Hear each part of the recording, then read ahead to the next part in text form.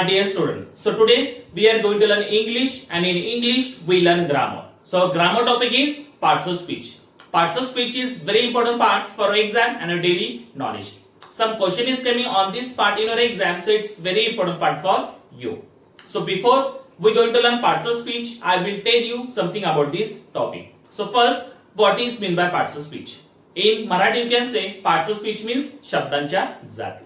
So there are 8 parts of speech in English language. आपल्या इंग्रजी भाषेमध्ये एकूण 8 शब्दाच्या जाती आहेत. Okay? So on the board I given all parts of speech, their definition and their example. Okay? So our first parts of speech is noun. Noun we can say in Marathi नाम. Noun ला मराठीत काय म्हणतात? नाम म्हणतात. Okay? So what is the definition of noun here? So the word which is used as the name of the thing, person or animal is called noun. Again listen one time. The word which is used as the name of the thing, person or animals is called noun. म्हणजे वस्तूचं नाव, प्राण्यांचं नाव या व्यक्तींचं नाव या नावालाच काय म्हणतात? Noun असे म्हणतात. For example boy, gold, puppy. Okay, so it is a person name, thing name, animal name. So like that we can say noun. Now our second number parts of speech is pronoun. In Marathi you can say pronoun means sarvanaam. Okay, so what is the definition of pronoun here? So the word which is used instead of noun is called pronoun. Again listen one time. The definition of pronoun is the word which is used instead of noun is called pronoun. म्हणजे नामाबद्दल येणाऱ्या शब्दाला आपण सर्वनाम असे म्हणतो. नामाबद्दल येणाऱ्या शब्दाला आपण सर्वनाम असे म्हणतो. For example I, we, you, he, she, it. So it is example of pronoun. Okay, now our third parts of speech is adjective. In Marathi you can say adjective means विशेषण. Okay, so what is the definition of adjective here? So the word which is tells something about the noun is called adjective. Again listen one time. The word which tells something about the noun is called adjective. म्हणजे नामाबद्दल विशेष माहिती सांगणाऱ्या शब्दाला आपण विशेषण असे म्हणतो. नामाबद्दल विशेष माहिती सांगणाऱ्या शब्दाला आपण विशेषण असे म्हणतो. For example brave king. Okay, so brave is a word is adjective. कारण जे हे किंग वर्ड आहे, किंग म्हणजे राजा. राजा कसा आहे? धाडशी आहे. ब्रेव म्हणजे धाडशी. ओके, राजाबद्दल अधिक माहिती कुठला शब्द सांगतो इथं? ब्रेव. कारण किंग राजा म्हणजे नाउन आहे. नामाबद्दल हा शब्द अधिक माहिती सांगतोय म्हणून या शब्दाला काय म्हणतात? ऍडजेक्टिव्ह म्हणतात.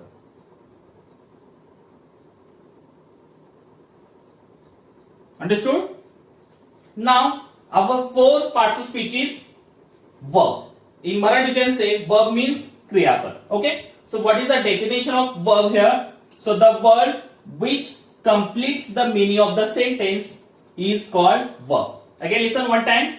The word which completes the meaning of the sentence is called verb. म्हणजे जे वाक्याचा अर्थ पूर्ण करणाऱ्या शब्दाला आपण क्रियापद असे म्हणतो. For example I go. I go, so मी जातो. जेव्हा एखादा वर्ब वाक्यामध्ये येतो तेव्हा ते वाक्याचा अर्थ पूर्ण होतो. जसं I go, so go is a verb. Go is a verb. मी जातो. सो जेव्हा वर्ब वाक्यामध्ये येतो त्या वाक्याचा अर्थ पूर्ण होतो. I go.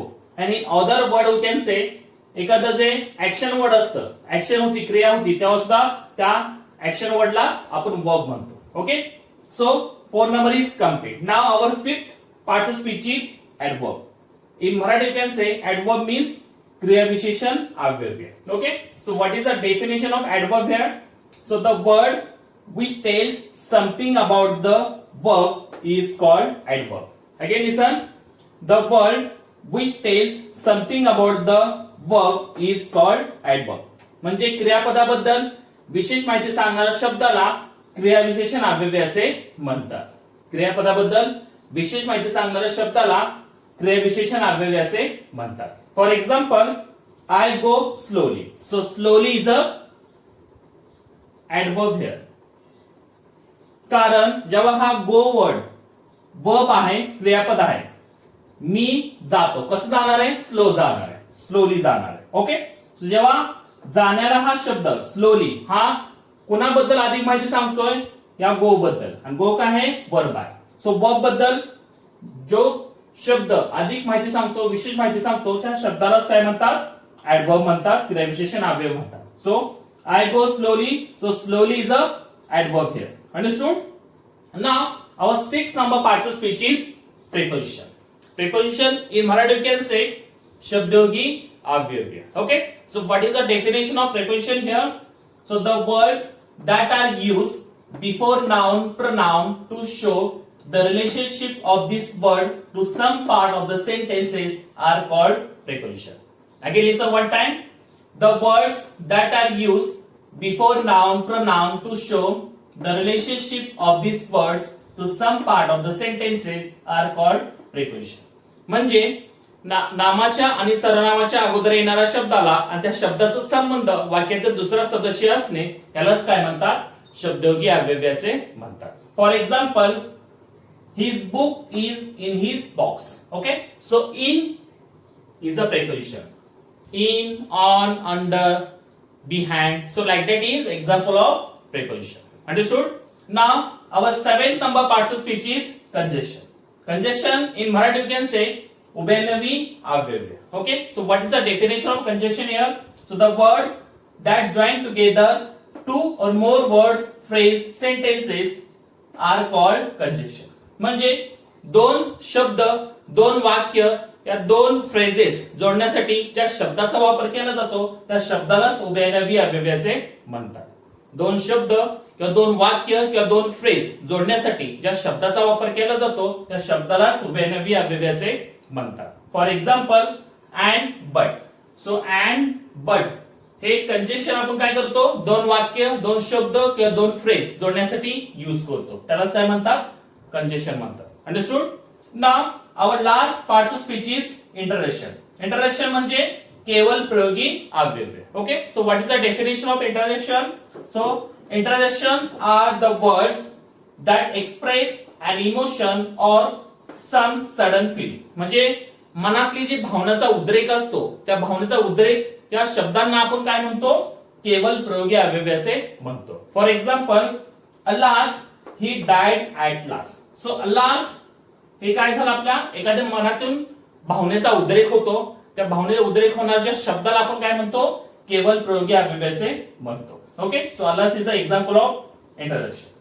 So like that on parts of speech. If you learn like that, you can solve all the question based on this topic very easily. So everyone learn all the parts of speech, the definition, the example. If you learn like that, you can solve all the question based on parts of speech is very easily. So here are some question of parts of speech in your exam. The question is coming like that on parts of speech. Every question have 4 options. One option is correct and each question have 2 marks.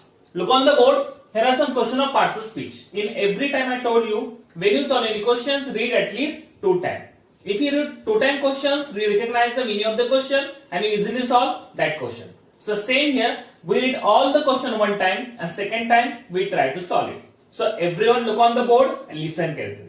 Number 1 question is, identify the noun of the following sentence. Sentence is, he is a smart boy. The second number, identify the preposition of the following. Okay, sentence is, his book is in the box. Then third number, identify the verb of the following. Okay, sentence is, I am going to Mumbai. Then fourth number, select the adjective for the following sentence. Sentence is, he is a naughty boy.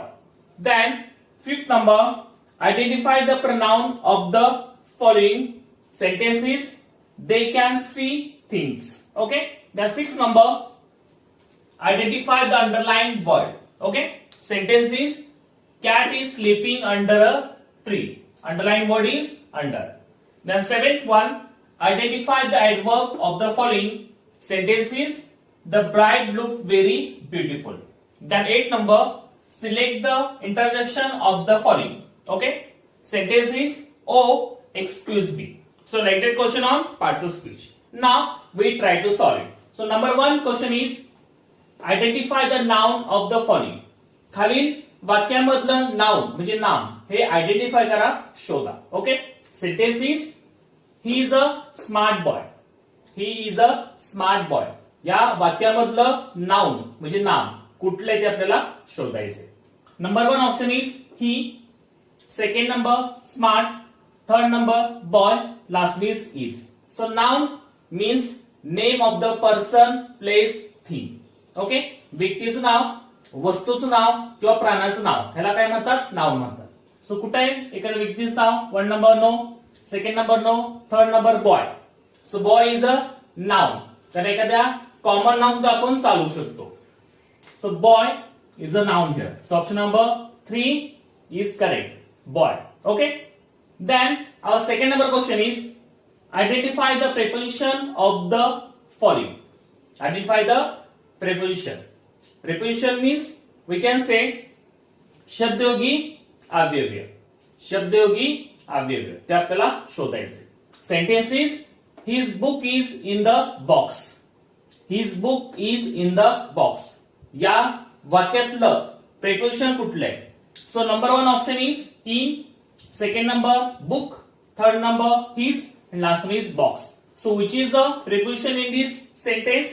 Preposition काय असतं, जेव्हा एखादं noun आणि प्रनाउनच्या पूर्वी काही शब्द येतात आणि त्या शब्दाचा संबंध वाक्याशी दुसऱ्या शब्दाशी असतो त्याला आपण काय म्हणतो, शब्दयोगी अव्यय. Okay.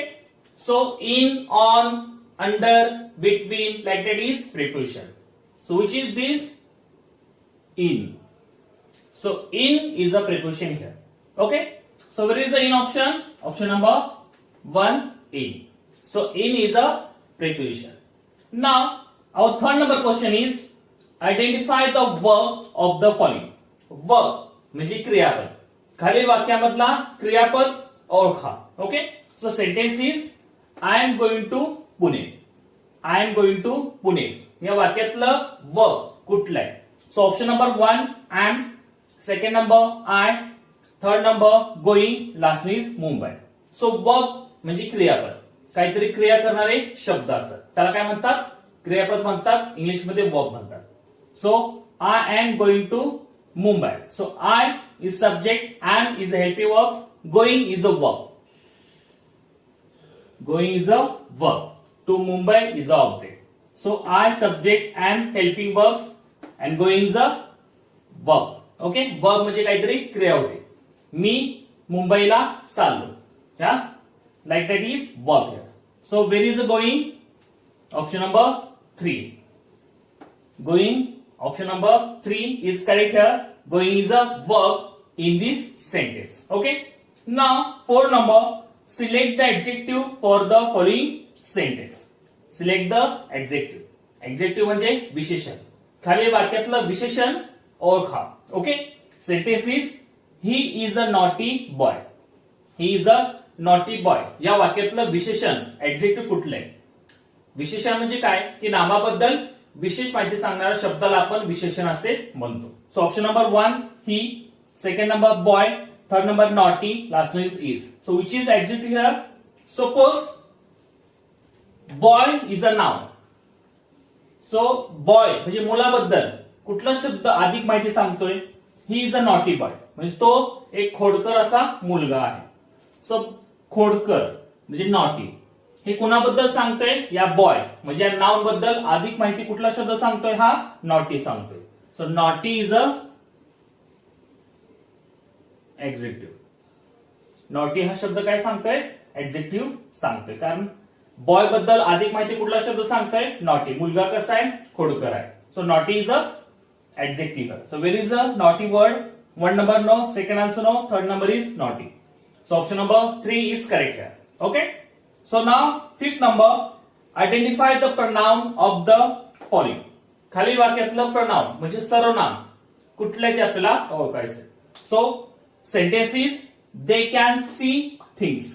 They can see things. आता pronoun म्हणजे काय की नामाच्या बदल्यामध्ये या नामाच्या शिवाय जे शब्द येतो त्याला आपण काय म्हणतो? सर्वनाम असे म्हणतो. ओके. नामाच्या ऐवजी येणाऱ्या शब्दाला. सो मोस्टली प्रनाम हे सुरुवातीला येतं, वाक्याच्या सुरुवातीलाच येतं. So they can see things. 1 number option C, second number they, third number things, last one is can. So which is a pronoun here? Option number 2 they. कारण सुरुवातीला जिथं नाउन येतं मोस्टली नाउनच्या इन्स्टेट मध्ये pronoun येतं. Okay, so they is a pronoun here. So option number 2 is correct. Now our fifth question is complete. Now we turn 6 number. So 6 number question is identify the underlined word. Identify the underlined word. ज्या शब्दाला underline केलं त्या शब्दाचं parts of speech आपल्याला शोधायचं. So cat is sleeping under a tree. So cat is sleeping under the tree. So under is a underlined word. Okay, under हे शब्द काय दर्शवते ते आपल्याला ओळखायचं. So underline is 1 number noun, second number pronoun, third number verb, last is preposition. तर underline word कुठलं आहे? अंडर आहे. अंडर हा शब्द काय दर्शवते?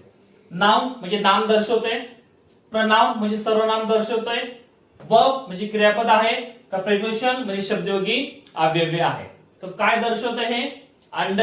So under is a word, identify the preposition. In Marathi you can say shabdyogi avyavya. Okay, now seventh one is identify the adverb of the following. खालील वाक्यातलं adverb okay आपल्याला शोधायचं. So 1 number option, the bride look very beautiful. The bride look very beautiful. या शब्दातलं adverb कुठलं आहे ते आपल्याला शोधायचं. So number 1 option is look, second number very, third number bride, last one is the. So adverb म्हणजे क्रियाविशेषण अव्यय. ह्या वाक्यातलं क्रियाविशेषण अव्यय कुठलं आहे ते आपल्याला शोधायचं. So first you know the adverb means what. So adverb म्हणजे काय की जे विशेष माहिती सांगतो कोणाबद्दल? वर्ब बद्दल. म्हणजे क्रियापदाबद्दल विशेष माहिती सांगणाऱ्या शब्दाला आपण adverb असे म्हणतो आणि त्याला मराठीत म्हणतात क्रियाविशेषण अव्यय. ओके, तर ह्या सेंटेन्स मधला ऍडवर्ब कुठला आहे? So first you know the verb. So verb कुठला आहे बघा? लुक. ब्राइड नववधू दिसायला या छान दिसते, या फार सुंदर दिसते. सो नववधू फार सुंदर दिसते यातला लुक म्हणजे दिसणे हे आहे वर्ब. तर वर्ब बद्दल आधी माहिती कुठला वर्ड सांगतोय? Very. So very is a adverb. Verb बद्दल विशेष माहिती सांगणाऱ्या शब्दाला आपण काय म्हणतो? ऍडवर्ब म्हणतो. So look is a verb, so very is a adverb. So option number 1 look, second number very. Second number option is correct. Bride not, the not. So second number very is the adverb here. Now 8 number select the interjection of the following. खाली वाक्यातलं interjection आपल्याला शोधायचं म्हणजे केवल प्रयोगी वाक्य, केवल प्रयोगी अव्यय आपल्याला शोधायचं. So where is the interjection here? So oh excuse me या सेंटेन्स मधला इंटरजेक्शन वर्ड कुठला आहे ते आपल्याला ओळखायचे, शोधायचे. So number 1 option is excuse, second number me, third number oh, last is none of above. म्हणजे वरीलपैकी कुठलाही ऑप्शन नाही. सो कुठला आहे त्याचं इंटरजेक्शन? मोस्टली इंटरजेक्शन हे सुरुवातीलाच येतात. ओके, सो ओ एक्सक्यूज मी जे आपल्या मनातील भावना एखादा उद्रेक होतो की अचानक बाहेर निघतं तिथंच इंटरजेक्शन हा पार्ट्स ऑफ स्पीच होतो. So oh it is the interjection. So where is the oh? Option number 3 oh. Okay, so it is a example of interjection. So like that question we solve it. If you solve like that question, you have to know all the parts of speech. If you learn all the parts of speech proper, the definition proper, the example proper, you can solve all the question based on this topic very easily. So everyone learn all the parts of speech proper, the definition, example, like that. Thank you very much.